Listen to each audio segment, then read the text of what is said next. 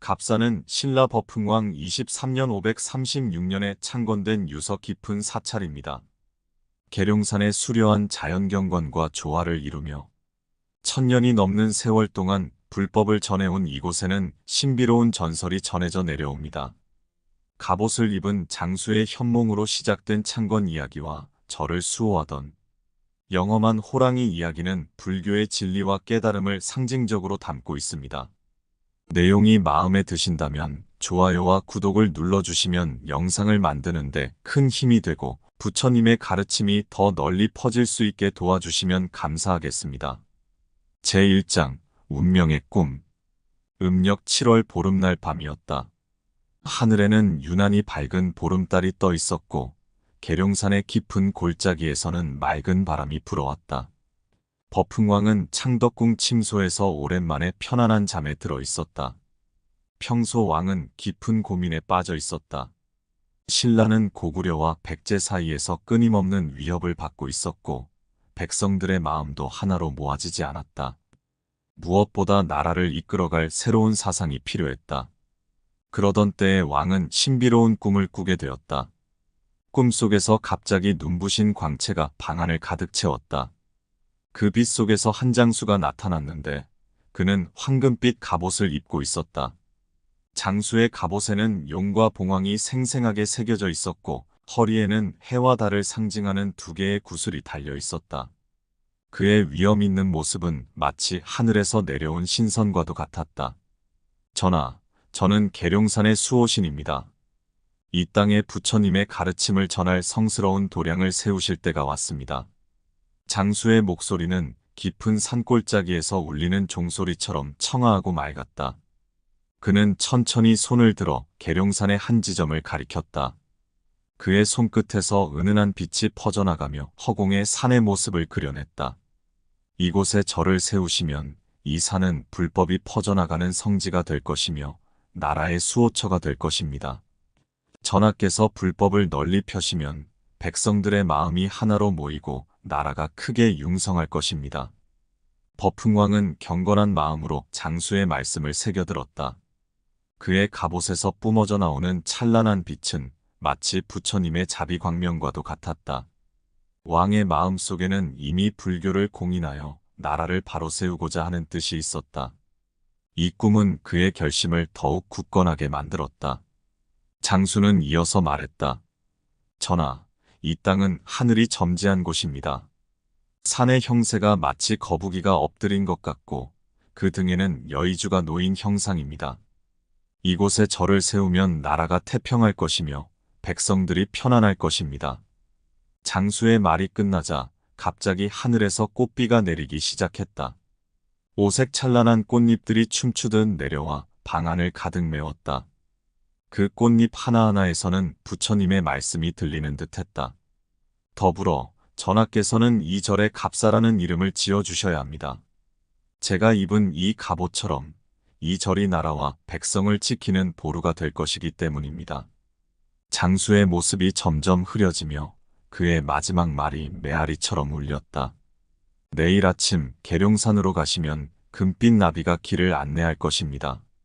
그 나비를 따라가시면 성스러운 터를 찾으실 수 있을 것입니다. 버풍왕은 꿈에서 깨어났다. 달빛이 여전히 방안을 비추고 있었지만 방금 전까지 꿈속에서 보았던 황금빛 갑옷 입은 장수의 모습이 생생히 떠올랐다. 왕은 침소에서 일어나 창문을 열었다.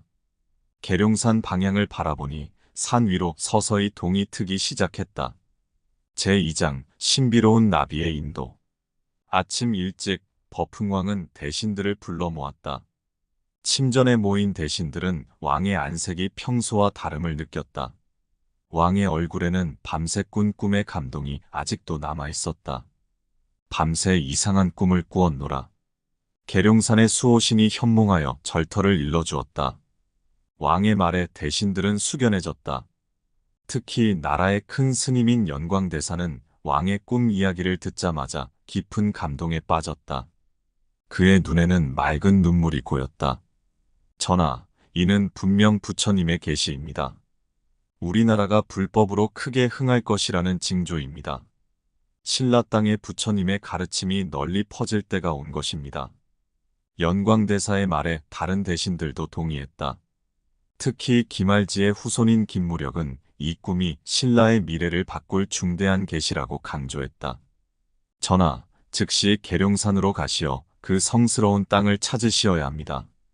신라의 국운이 걸린 일이니 한시라도 지체할 수 없습니다. 왕은 고개를 끄덕이며 즉시 길을 떠날 준비를 명했다. 연광대사를 비롯한 7명의 고승과 김무력을 포함한 여러 대신들이 동행하기로 했다. 행렬이 궁을 나설 때였다. 갑자기 한 마리의 금빛 나비가 나타났다. 장수의 말대로였다.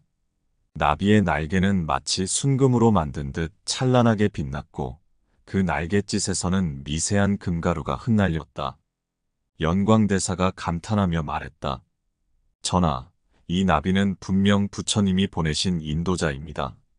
꿈에서 본 그대로입니다. 일행은 나비를 따라 계룡산으로 향했다. 산길은 험했지만 이상하게도 나비가 인도하는 길은 늘 걷기 편했다. 깊은 계곡을 지날 때면 어디선가 징검다리가 나타났고 가파른 벼랑을 만나면 어김없이 좁은 산길이 보였다. 해가 중천에 이르렀을 때 나비는 갑자기 속도를 늦추었다. 일행이 보니 앞쪽으로 넓은 터가 보였다. 그곳에 이르자 나비는 세 바퀴를 빙글빙글 돌더니 천천히 바위 위에 앉았다. 연광대사가 그 자리에 가만히 앉아 눈을 감았다. 잠시 후 그의 얼굴에 환한 미소가 번졌다. 전하, 이곳이 바로 그 성스러운 터입니다.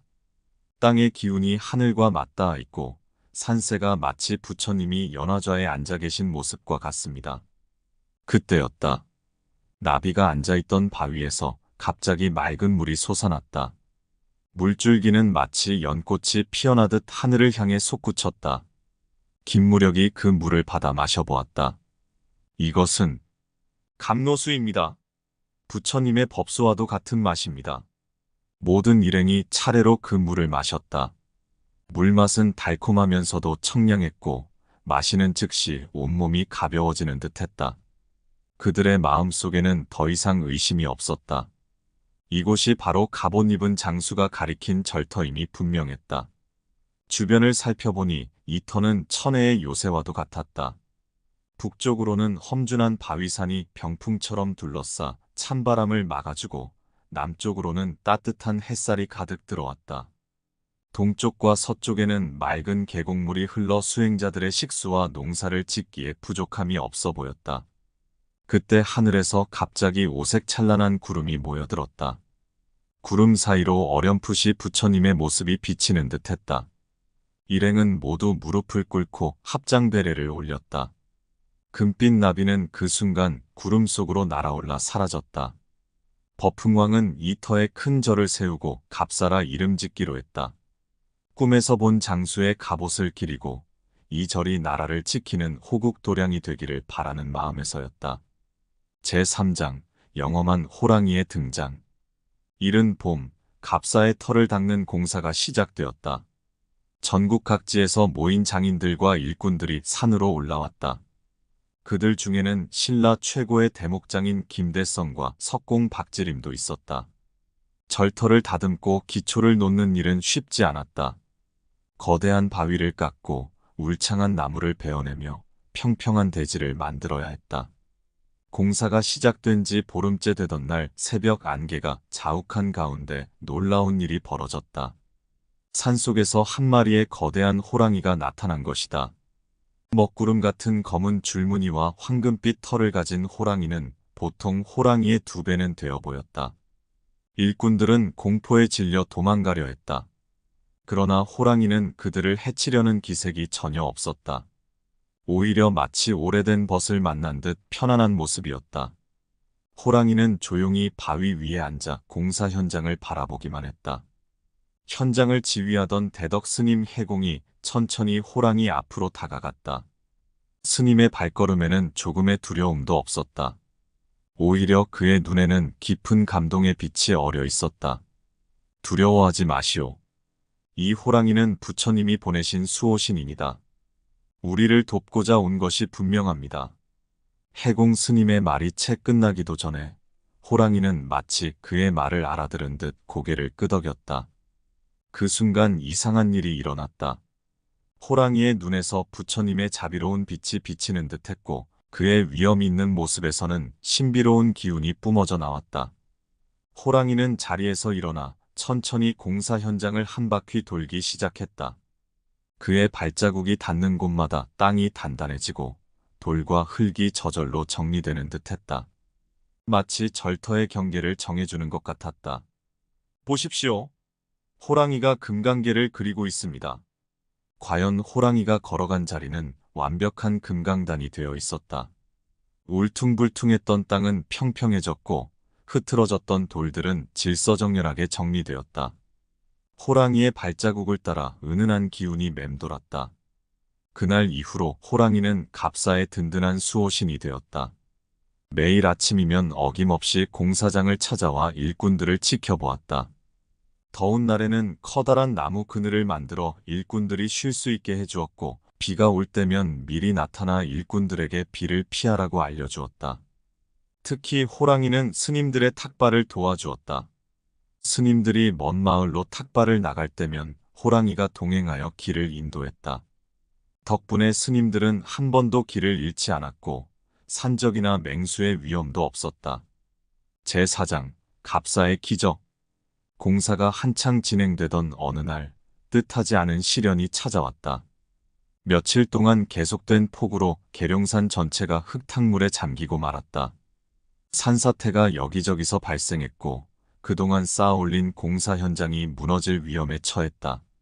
스님, 이대로는 모든 것이 무너질 것 같습니다. 지금까지 쌓은 석축이 흔들리고 있습니다. 일꾼들의 외침이 빗소리를 뚫고 들려왔다. 해공 스님은 흙탕물이 흐르는 계곡을 바라보며 깊은 시름에 잠겼다. 그때였다. 멀리서 호랑이의 포효가 들려왔다. 호랑이는 빗속을 가로질러 달려왔다. 그의 몸에서는 금빛 광채가 뿜어져 나왔고 그 빛은 폭우 속에서도 선명하게 빛났다. 호랑이는 곧장 흔들리는 석축으로 달려가 그 앞에 앉았다. 놀랍게도 호랑이가 앉은 자리를 중심으로 빗물이 양쪽으로 갈라져 흘렀다. 마치 모세가 홍해를 가른 것처럼 호랑이의 영험한 힘이 물길을 바꾼 것이다. 일꾼들은 이 광경을 보고 탄성을 질렀다. 부처님의 가호로소이다. 호랑이 보살님이 우리를 도우러 오셨습니다. 호랑이는 밤새도록 그 자리를 지켰다. 비바람이 아무리 세차게 몰아쳐도 호랑이가 지키는 석축은 끄떡없이 버텼다. 날이 밝아오자 비가 그쳤고 맑은 하늘이 모습을 드러냈다. 이 사건 이후 호랑이의 영험함은 더욱 널리 알려졌다. 사람들은 호랑이를 산신이라 부르며 공경했다. 특히 비가 많이 올 것 같은 날이면 호랑이가 미리 나타나 위험한 곳을 알려주었고 겨울이면 제일 먼저 눈길을 터주었다. 제5장 부처님의 현신. 갑사의 공사가 거의 마무리되어 갈 무렵이었다. 대웅전의 마지막 기와를 얹고 법당의 단청도 화려하게 입혀졌다. 그러나 한 가지 큰 걱정이 있었다. 바로 주부를 모실 불상이 아직 마련되지 않은 것이었다. 전국의 뛰어난 장인들을 모두 모셨지만 아무도 감히 부처님의 상을 조성하지 못하겠다고 합니다. 해공 스님의 말에 다른 스님들도 깊은 시름에 잠겼다. 부처님의 상을 만드는 일은 단순한 조각이 아니었다. 부처님의 32상과 80종호를 완벽하게 구현해내야 했고 거기에 부처님의 자비로운 기운까지 담아내야 했다. 그날 밤 달빛이 유난히 밝았다. 호랑이는 평소와 달리 대웅전 앞마당에 앉아 하늘을 바라보고 있었다. 그때 갑자기 하늘에서 찬란한 빛이 내려오기 시작했다. 빗줄기는 마치 폭포수처럼 쏟아져 내렸고 그 속에서 황금빛 갑옷을 입은 장수가 나타났다. 그대는 참으로 충직하구나. 이제 마지막 임무를 수행할 때가 되었다. 장수의 말이 끝나자마자 호랑이의 몸이 황금빛으로 빛나기 시작했다. 그 빛은 점점 강렬해져 주위를 환하게 비추었다. 놀랍게도 호랑이의 모습이 서서히 변하기 시작했다. 네 발이 두 발이 되고 털로 덮인 몸이 갑옷을 입은 모습으로 바뀌어 갔다. 새벽 예불을 준비하던 스님들이 이 광경을 목격했다. 그들의 눈앞에서 호랑이는 완전히 사라지고 그 자리에 찬란한 금빛의 불상이 모습을 드러냈다. 불상에서는 온화한 미소가 흘러나왔고 그 눈빛에는 세상 모든 중생을 향한 자비가 가득했다. 아, 이제 알겠습니다. 호랑이는 부처님의 화신이셨던 것입니다. 해공 스님은 감격에 겨워 눈물을 흘렸다. 그동안 저를 지키고 도와주었던 호랑이가 바로 부처님의 현신이었다는 사실에 모든 이들이 큰 감동을 받았다. 제6장 갑사의 완성. 소문은 삽시간에 퍼졌다. 계룡산 갑사에 부처님이 직접 현신하셨다는 이야기는 전국으로 퍼져나갔다.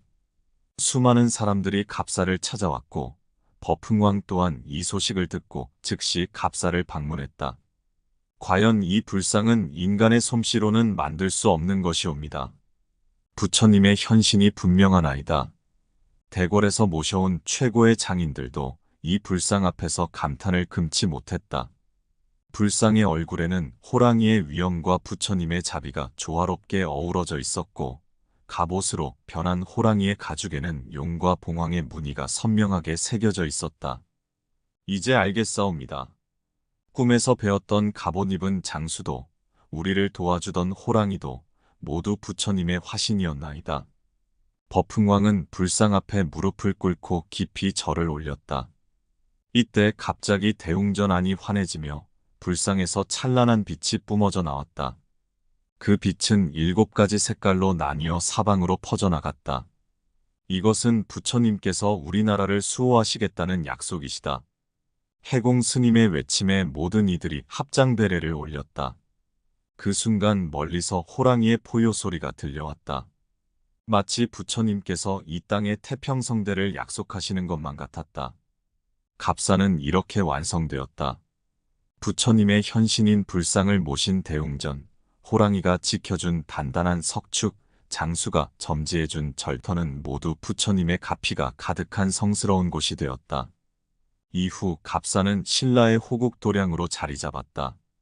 나라에 큰 일이 있을 때마다 이곳에서 국가의 안녕을 기원하는 법회가 열렸고 때로는 산속에서 호랑이의 포효 소리가 들려와 앞길을 알려주기도 했다.